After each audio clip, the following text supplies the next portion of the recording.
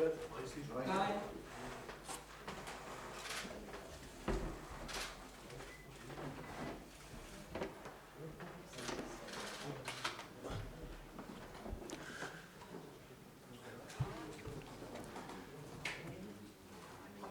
Good evening.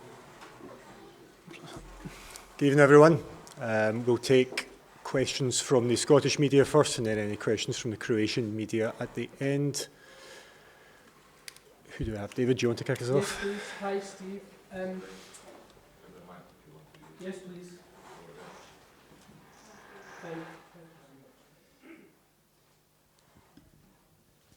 Hi, Steve. How important is getting a win tomorrow, and why?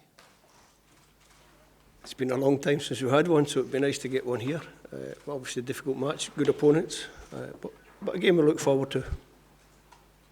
Injury-wise, is this the worst situation you've faced in your tenure as national team boss? And are you confident you've got the strength and depth to at least compete with Croatia? And of course we can compete. If we didn't think we could compete, we'd have stayed at home. We're here to compete. We're here to get hopefully a win on the board, at least a point on the board. We have a good squad. The injuries are there for everyone to see, so I don't think there's too much point in harping on about the injuries. It's better just to concentrate on the boys we have here. So with every crisis, there's an opportunity? Always a chance. I always try to focus on the players that are here that we can work with to try and, like you say, kickstart our campaign. And how do you go about getting a result against a team of Croatia's stature in their home patch? Play well. So the first thing is the performance has to be good. If the performance is good, then we have an opportunity to hopefully take some points home.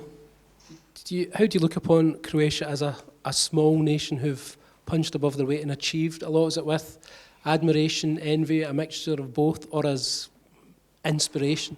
No, I think admiration really, because they've been fantastic. They've got a small population like we have in Scotland, but they continually produce top footballers, top quality. So if I was in somebody's shoes in and around the Scottish scene, this has got to be a country to look at and maybe model ourselves on a little bit. What do you think is behind their success? Good player development from a very young age all the way through to the national team. Steve, you mentioned obviously about the run we're on. What's your perspective on the stats of it all? Because it's very easy to look at stats, say 1 win and 14, but what do you see as being mitigating circumstances and anything else? Where do you stand on it? I don't really bother about the stats, to be honest. I'm not a stats person. I'm not driven by stats. We've played a lot of really good opponents in the last year. So from October last year when we played Spain away, we've played a lot of good opponents. The results haven't been quite what we wanted in terms of victories. I think we haven't regressed. I don't think we've gone backwards, and we've always worked hard to try and move forward. So that's where we are. Cool. In that regard, are we actually paying the price for the success that we've had over the period? Because we are in the top shelf of the Nations League. We have just come off the back of a tournament. Are we actually paying a price for the good work that we've done? It's a nice price to pay when you have matches of this calibre, when you qualify for tournaments, when you get to the highest level of the Nations League. Obviously, we've done something right to be here. We're now finding a level that's a little bit more difficult for us, but we have to meet that challenge head on. And I think if we do that, we'll come out the other side with a better group, a better understanding of what you need to do at this level to get positive results. The other day we chatted with John Carver and said, the injuries are far from ideal, but in a way it might help in the chance, the possibility to fast track a guy like Ben Doak, simply because there's a lack of options, a lack of the guys that we'd usually have in your starting positions. Is that something that's in your mind ahead of this game? Is there an opportunity for a start? I think when you have so many injuries, you're right, there are opportunities for other players. And if they're given that opportunity, then it's down to them to grab that chance with both hands. So, and Ben would be one of those, but there's other players in the squad who are probably waiting for a chance as well. So let's see what we do tomorrow. Steve, how you fixed personnel-wise? Some suggestion James Forrest might have been struggling. Personnel-wise, how you fixed? There was some suggestion James Forrest might have been struggling. He is. He's not with us. He felt something in training the other day, so we decided just to leave him at home. He'll be assessed, and then we'll decide, or his club will decide whether we pick him up when we get back to Glasgow. Just in terms of the last two games, That's just another one on top of the many that we're already carrying. Just in terms of the last two games, well, there's been positives in terms of performance, just haven't quite got the result over the line. What are the kind of main takeaways from that, and what have you got to do right tomorrow? You have to get all the small details right. If you look at the last two games, the home game against Poland, I felt on the night we were the better side, but we made mistakes. We made mistakes that cost us goals, two penalties, shot for distance that maybe could have been saved. You don't know, but maybe. We played well in the game, but we didn't get anything out. It was disappointing. Going to Portugal was tough. We managed to take the lead. We defended resolutely till the end. And as you get to the end against the top sides, because they keep coming and keep coming and keep coming, you have to keep your focus and your concentration. Obviously, we made 2 or 3 small mistakes in one action, which leads to a goal against the top side. So we have to tighten up in all these small details. Steve, there's been a bit of attention about the fact the game isn't on television. I think it's the first Scotland game for a decade that's not been on TV. I know it's not really your issue, but are you a bit disappointed that, because I'm sure you would want as many eyes as possible on the team every time we're playing? I think you've got to be disappointed that nobody's picked it up and put it on television. Yeah, I'd agree with that.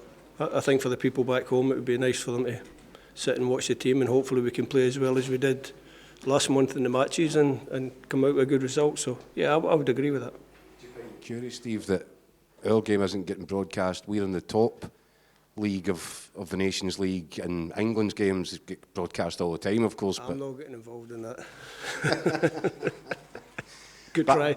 But at the same time, for the Scotland fans back home, it's a sore one. They want to watch this team. That's what I'm saying. It's disappointing. Sorry, briefly, can I take you back to what we talked about earlier on there about stats and results, etc.? No, yes. Is there a point where you, as a manager, as a very realistic manager, where you accept, I need to get results? Is there a point where you accept, I need to get results? It's not for me to decide. No, I'm asking from your point of view how you feel about it, because obviously you're as gutted as MD that results aren't going. It's horrible. Right. Yeah. Not winning games is horrible. Yeah. But you have to I have to try and look at the big picture. And I'm not saying we're using this campaign to prepare for the next qualifying campaign, but there is an element of that where we can use these matches to try and prepare ourselves, because the ultimate aim for me as head coach, and I've already spoke about it, is I would love to go to a World Cup finals with my country. And that's the challenge that I'm focused on. How do you deal with that personally, that kind of the feeling of how horrible it is? Better ask my wife. I'll take one from Alan and then we'll move to the Croatian media.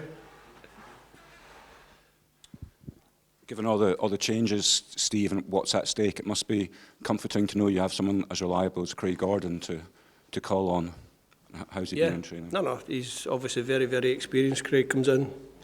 I think John spoke about him the other day in his press conference. Comes in, knows his role, knows what he has to do, and hopefully performs very well for us. Do we have any questions from Croatian media at all? Nope. Thank you, folks. Thank you. Thank you. Thanks, guys.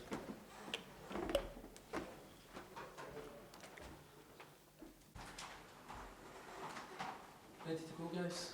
Yep. Simple one to start with, Anthony. How are you feeling ahead of the game? Feeling good, yeah.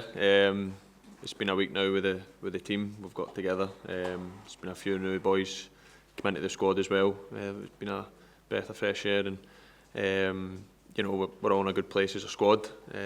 Good morale around the team over, like I say, the past week that we've been training, and we're looking forward to the game. How important is it to get a win or at least some points on the board tomorrow, and why? Yeah, no, it's important. It was the aim, the first 2 games, and it's still the aim going into this one. That we get a win. That's our aim going into the game, or at the very least points on the board. And I felt over the course of the 2 games previous that we deserve more out of the games. Unfortunately, in football, sometimes that doesn't happen. But our aim going into tomorrow night is definitely to get a win. Yeah. Steve's saying it's all about the small details and getting them right. 1 or 2 wee errors in crucial moments has cost us so far in this campaign. How do they get ironed out? Yeah, I would agree. I would agree with the gaffer. That's what cost us over the first 2 games. And it's about, we've done the analysis. We've looked at, what we could have done better and what we've done positive in the games as well, because there was a lot of positives to take from them as well, which is important to take into these games. But it's down to us as a team, as individuals and as a squad, to put the wee things right, to ensure that we take something away from these games which we've deserved. It's been a while since the national team have recorded a win over a year. How difficult is it to keep morale and spirits up under those circumstances? Yeah, it's very difficult in terms of, like I say, when you deserve results from your performances and they don't come, it can, become taxing on you personally, as a team, as in a squad. But we do have a really good squad of boys, and it's important that we use that going into the games in the future, and we don't dwell too much on the past, because there is a lot of positives to take from performances, and that's the aim moving forward. Just finally from me, just a word about Croatia. How highly do you rate them? Yeah, they're a quality opposition. It's when you're in this position where you're playing these top sides, it's where you want to be playing your football. It's who you want to be playing against as well. And I'm sure all the boys would say the same. But we're aware of their qualities, which we're prepared for. But we also are aware of the qualities we have on our side as well, which there's a lot of. So I'm looking forward to the game. Thank you. No problem. Anthony, you've consistently for Scotland been asked to come in and do big jobs against big players. What have you learned from the experience of being up against your Musialas and Rafael Leaus and Shakiris and whoever else? Because you're coming in from that situation, as everybody knows, where you're not playing all the time at club level. Yeah, no, for sure. It's like I was saying there. It's the teams and the players you'd be wanting to play against in your career. You always want to be tested at the highest level, and the players you've mentioned there, along with others, is definitely doing that. So, from a personal point of view, it's something that I love doing and testing myself at the highest level against the highest opposition calibre of players, and it'll be the same tomorrow night in the game. And it's just about, like you're saying, in terms of club level, just keeping professional, doing my work every day, which I do, so that when these times come around, either a club or internationally, I'm ready to do the job for both. So is there anything in particular that you've learned from any of the players that you've come up against? Because you've had a run of guys that are top draw coming at you all the time. Just that it can be difficult as a start, but I love the challenge of playing up against the top opposition, because it only makes me better, and you come away learning things. It's never going to be perfect, but like I say, and I can speak for a lot of boys in the profession, that it's the type of players you want to be playing against from a defender's point of view, wingers, attackers, etc. And then for attackers, it's against the top defenders. So it's the level that you're around, and I just want to enjoy it and learn from it, and that's my aim. There's obviously quite a bit of freshness in this squad, Anthony. It's not ideal. We've got injuries, but in a way, can that maybe be a positive? A bit of resilience in these slightly adverse circumstances. Yeah, for sure. You never want to see any players injured or hurt, but it opens up avenues for other players to come in and get an opportunity. For the boys that have come in, they've been brilliant over the course of this week, and we're lucky as a nation that we've got a lot of quality players that can be called upon. So the boys that have come in, I wish them all the best, and hopefully given the opportunity that they do themselves and their families proud. Tony, you talked about top players there. I mean, how highly do you rate Luka Modric, and how important is it that Scotland don't let him run the game tomorrow night the way he likes to? Yeah, everybody knows who he is, and he's a top quality player, and he has been for many years now. But we think it's important as well that we don't look directly just at individuals, opposition, or as a team. It's more also what we can do to affect the game, which will be intention going into tomorrow. But we're more on the way to the quality that we're coming up against, and especially in him. But it's about bringing our game to it as well as a team.